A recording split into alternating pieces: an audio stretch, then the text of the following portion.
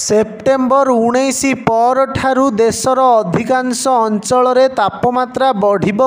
ଏହାଦ୍ୱାରା ଗରମ ଅନୁଭୂତ ହେବା ସହ ବର୍ଷା ଆଶଙ୍କା ଆଉ ରହିବ ନାହିଁ ବୋଲି ପାଣିପାଗ ବିଭାଗ ଅନୁମାନ କରିଛି। ବିଶେଷ କରି ଉତ୍ତର ପଶ୍ଚିମ ଅଞ୍ଚଳରେ ଏହି ସମୟରେ ମୌସୁମୀ ପ୍ରତ୍ୟାବର୍ତ୍ତନ କରିବ।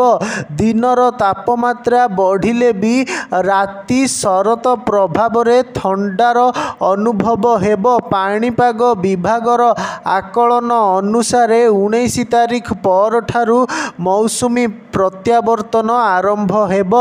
ଉତ୍ତର ପଶ୍ଚିମ ଭାରତରୁ 22 ତାରିଖ ସୁଦ୍ଧା ମୌସୁମୀ ଫେରିଯିବ। ଯଦି ଏହି ପୂର୍ବାନୁମାନ ସତ୍ୟ ହୁଏ ତେବେ ବିଗତ 8 ବର୍ଷ ଭିତରେ ସବୁଠାରୁ ଶୀଘ୍ର ପ୍ରତ୍ୟାବର୍ତ୍ତନ ହେବ। ଦେଶରେ ଏହି ଧାରା ଲାଗି ରହିବ। ଏବେଠାରୁ ଉତ୍ତର ଭାରତର କିଛି ଅଞ୍ଚଳର ଦିନର ତାପମାତ୍ରା ବଢ଼ିବା ଆରମ୍ଭ ହୋଇଛି।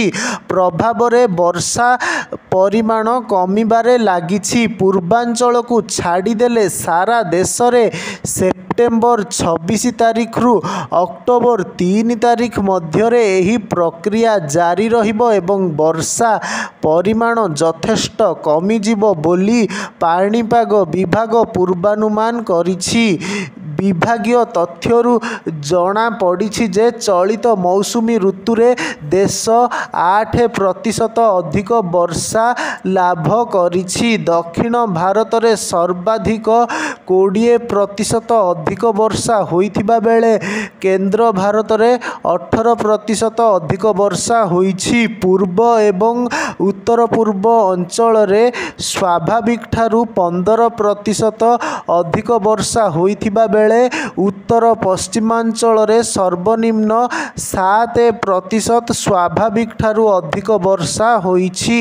ଚଳିତ ବର୍ଷ ପାଣିପାଗ ଉପରେ ଉଭୟ ଲା ନିନା ଓ ଲା ନିନାର ପ୍ରଭାବ ଦେଖିବାକୁ ମିଳୁଛି।